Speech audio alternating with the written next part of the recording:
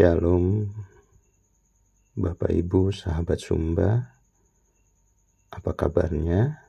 Saya berharap setiap kita dalam keadaan baik-baik saja hari ini.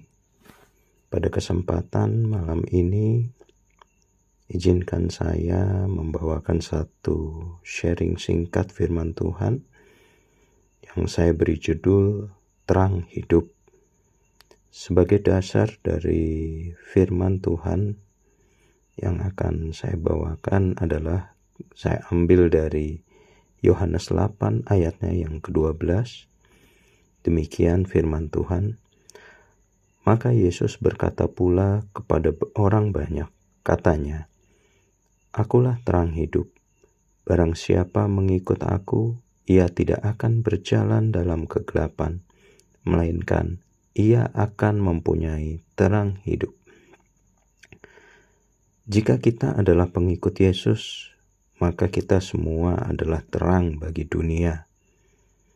Bagaimanakah sikap dan perilaku yang sesungguhnya yang harus kita kedepankan sebagai terang dunia?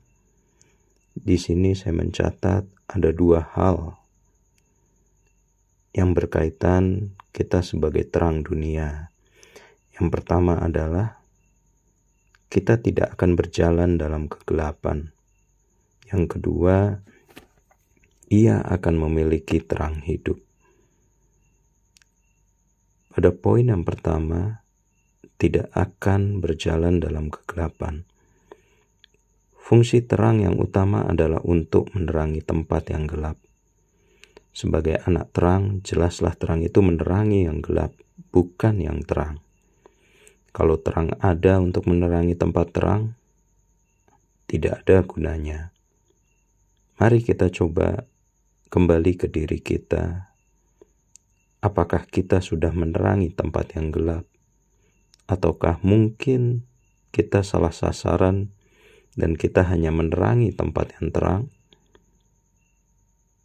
Ayo, mari Bapak Ibu, sahabat Sumba, kita berkomitmen menolong setiap orang di sekitar kita yang masih ada dalam kegelapan. Orang yang masih dalam kegelapan adalah mereka yang belum menerima Yesus sebagai Tuhan dan Juru Selamat hidup atas dirinya. Poin yang kedua, ia akan memiliki terang hidup. Terang hidup artinya terang yang menunjukkan bagaimana cara hidup yang benar. Cara hidup yang benar adalah cara hidup yang sesuai dengan firman Tuhan.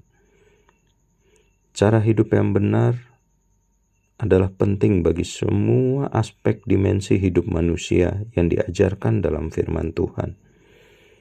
Bagaimana cara hidup yang benar saya sebagai suami, cara hidup yang benar sebagai istri, cara hidup yang benar sebagai anak di tengah keluarga.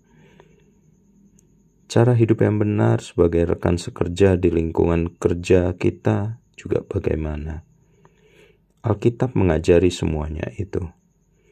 Dunia tak pernah mengajari bagaimana cara hidup yang benar. Terang sesungguhnya akan memberikan petunjuk.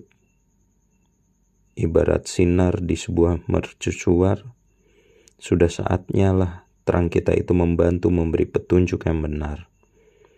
Mengarahkan orang kepada kebenaran bukan malah mengacaukan, mengarahkan pada kehancuran. Tujuan kita sebagai terang adalah supaya mereka melihat perbuatanmu yang baik dan memuliakan Bapamu yang di surga. Matius 5 ayat 16b. Bukan untuk mendapatkan pengakuan orang terhadap diri kita sendiri, tetapi tujuannya adalah untuk membawa kemuliaan bagi Tuhan. Bagaimana menjaga supaya terang kita tetap memantulkan kasih Kristus? Kita harus senantiasa menjaga perkataan dan ucapan kita. Kita juga harus senantiasa menggunakan sosial media dengan bijaksana. Dan yang ketiga adalah kita harus hidup sinkron. Ya, ini penting untuk bisa dilakukan. untuk tidak melakukan manipulasi terhadap satu sama lain, perkataan dan tingkah laku yang sama. Orang-orang di sekitar kita bakal bisa menilai kita apakah terang itu benar-benar atau memang pura-pura. Jadi, mari setiap kita benar-benar menjadi terang dan bukan menjadi batu sandungan. Akhir dari sharing firman ini adalah bagaimana kita memastikan bahwa kita tetap senantiasa terhubung dengan sumber terang itu, yaitu Yesus Kristus. Mari kita senantiasa melaksanakan firman yang Tuhan berikan bagi kita hari lepas hari. Senantiasa intim dengan Tuhan, senantiasa berdoa. Kita pastikan bahwa senantiasa api kemuliaan Tuhan tetap menyala-nyala di tengah-tengah kehidupan setiap kita. Demikian Bapak Ibu sharing firman malam ini. Mari kita berdoa. Bapa kami yang di surga, Tuhan, kami bersyukur bila pada malam ini Tuhan, dari sharing firman yang singkat ini Tuhan memberikan kami pengertian hikmat, pengertian untuk menjadi terang hidup. Bapa, sebagaimana Tuhan ada, berikan kami kehidupan.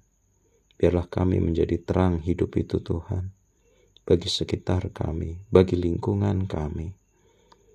Melalui perkataan, sikap, pikiran kami, ucapan kami menjadi terang kasih Tuhan di tengah-tengah lingkungan. Sehingga setidaknya kami memiliki dampak bagi sekitar kami. Terima kasih Tuhan. Inilah doa dan permohonan kami Bapa, yang kami alaskan hanya di dalam nama anak-Mu Yesus Kristus, Tuhan dan Juru Selamat kami yang hidup. Haleluya. Amin.